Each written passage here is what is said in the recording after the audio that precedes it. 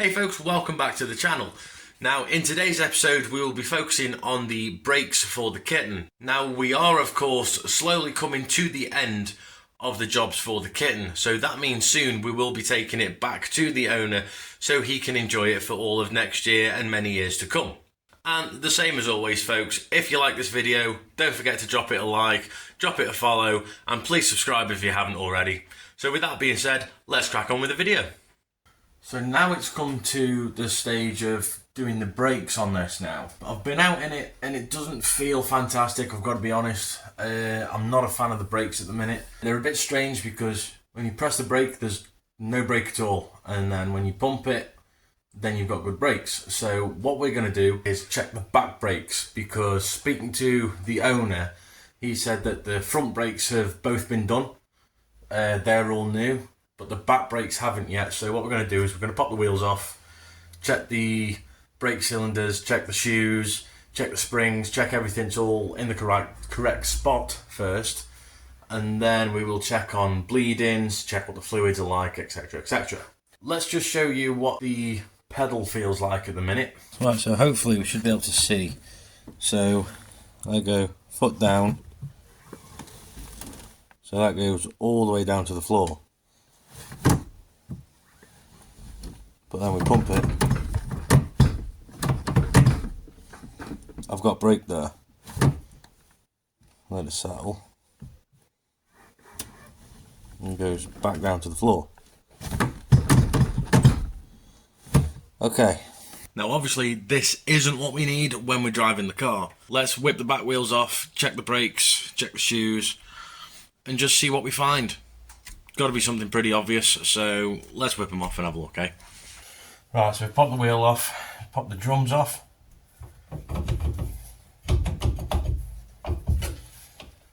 It's not coming off easy. Might just back the adjusters off a bit more.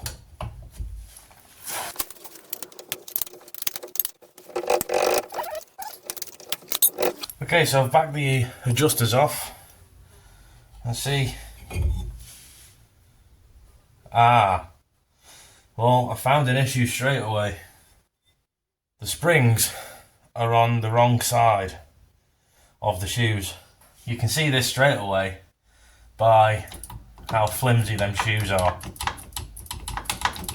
So I don't know who's done this before, but yeah, they've not done a very good job.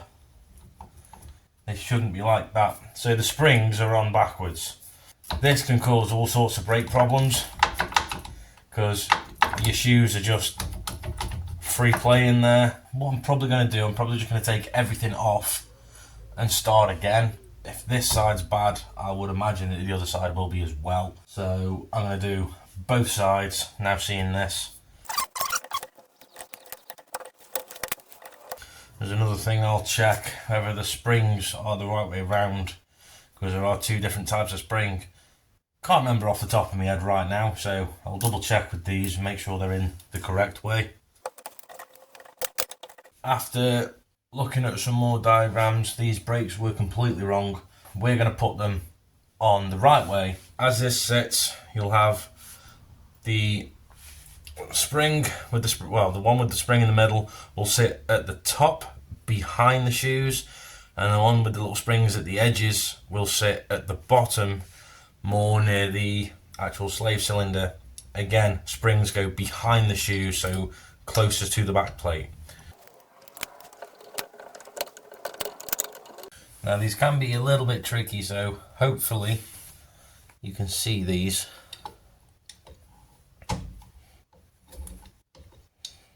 So it's awkward because you have to try and do this blind. There's one.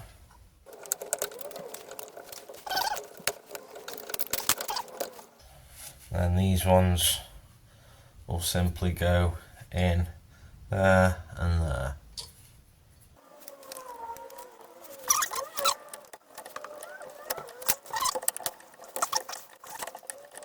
So that's the brakes all back on correctly on this side.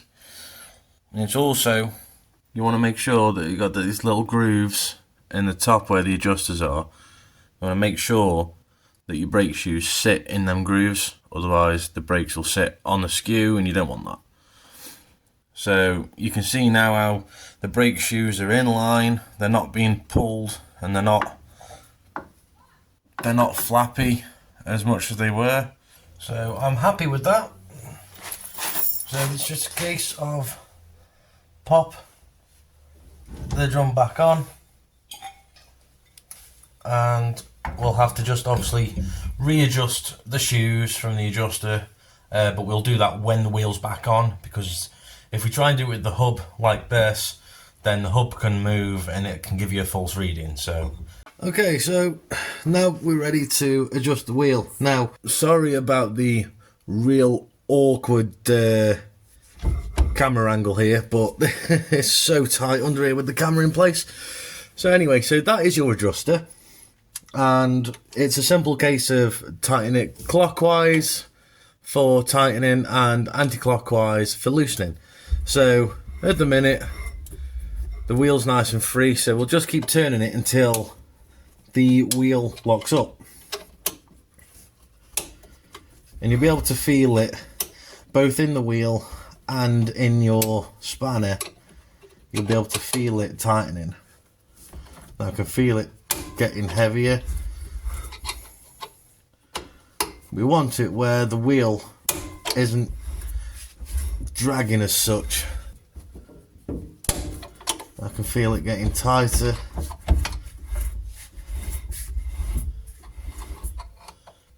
Right, see, I can't move the wheel now, so knock that back. Not too bad there, actually. We can afford to go back one more, because you don't want them too tight. You don't want your brakes dragging, because this is where you can overheat your engine and you lose your speed.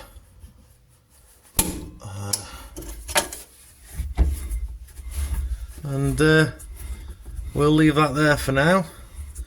So just going to test the brake pedal to see what the brakes feel like now one side is finished. Also just going to pull the handbrake and see if there's any difference in the handbrake as well. So the handbrake actually feels better, which is nice. And the foot brake, let's see, goes slow. Okay, so that still goes down. Pump. There is pressure there. Let it go. See, straight down to the floor again. Okay, so yeah, we'll pop the other side off, see what that looks like. Okay, so we've got the other wheel off. I've undone the adjuster. I've popped this off and see what this one looks like. There we go. Same again. Look. See how the shoes are trying to be pulled forward? That's not what we're after. Wrong spring on the top. The spring on the bottom, mostly they're backwards. The spring on the bottom, as you can probably see there, is on the outside of the shoe, which is why it's being pulled outwards. So, yep, so these need taking off. Trouble is, people don't realise just how important it is for which side the spring actually sits. People think that they can just, it's easier to bang them on the outside, and because the spring's in the correct location they think it's going to be fine, but it really isn't. Okay, so now we're ready to pop it all back together the correct way this time. So first we'll start by popping the shoes in the correct place.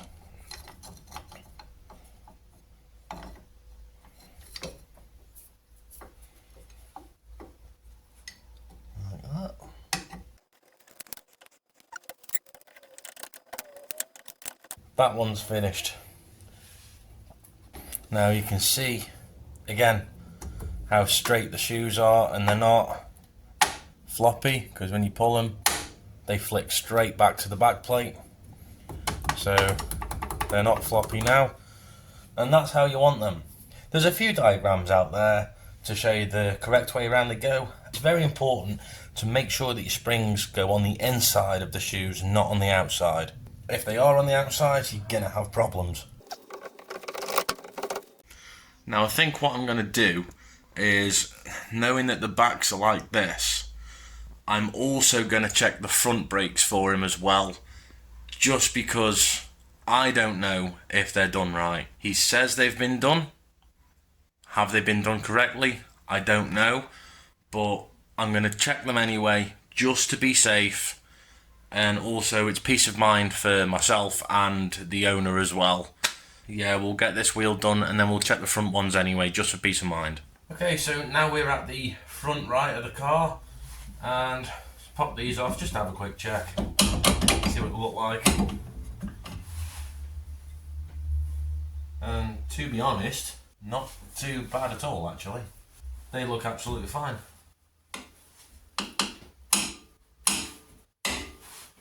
Yeah, they look absolutely fine, so we'll just quickly check the other side. I'll bang this one together and we'll just quickly check the other side, but this one is fine. Alright, so we come now to the front left, pop the hub off, come off quite nicely.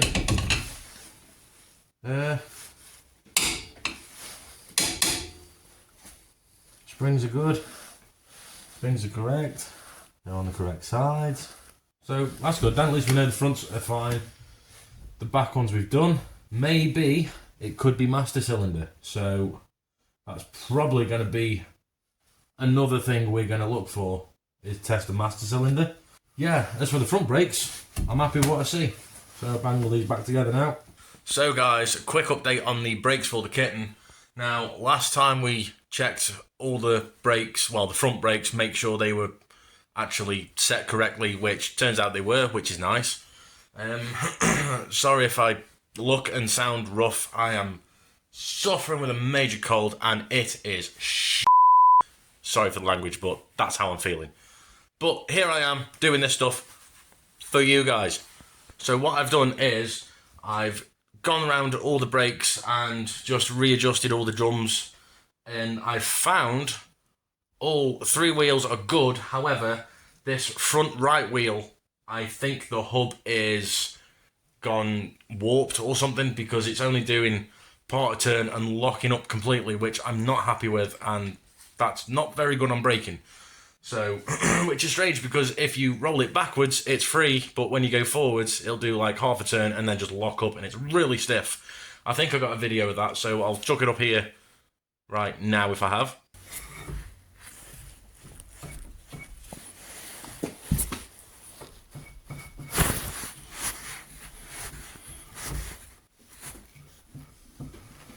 So as you probably would have seen if I did the video or not, when I checked the front brakes and did the rear brakes, the pedal was still not that great. It was still going all the way to the floor, and then you had to pump it to actually give some pressure.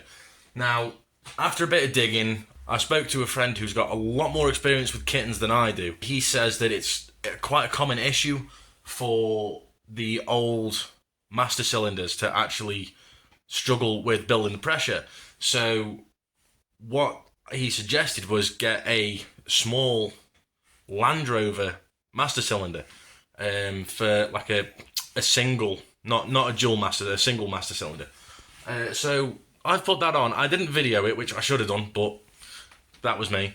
But it actually fits quite well. I kind of like it, but the braking is absolutely incredible, wonderful. So I definitely suggest you do this in the future. If you are struggling with this kind of problem, definitely suggest you doing it. So let's have a look in the engine bay and I'll show you what I mean with the master cylinder. So if we approach the car and lift the very nice bonnet, and there you go, there is the aftermarket Land Rover master cylinder. Nice quirky little thing. Make sure it's UNF.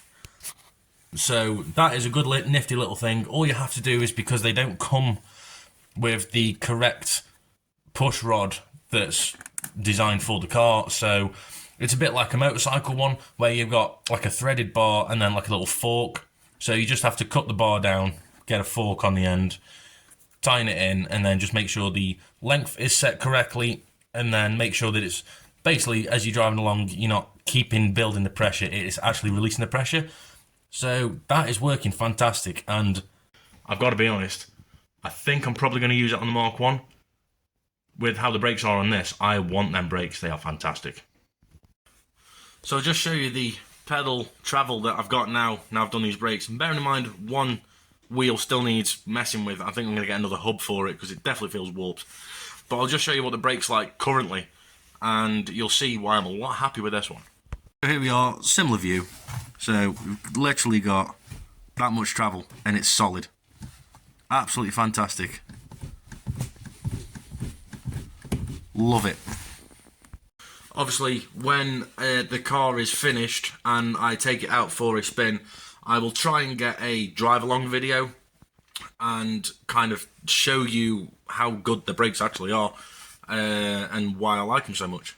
So anyway, that, apart from the drum, is the brakes pretty much sorted on the kitten so far.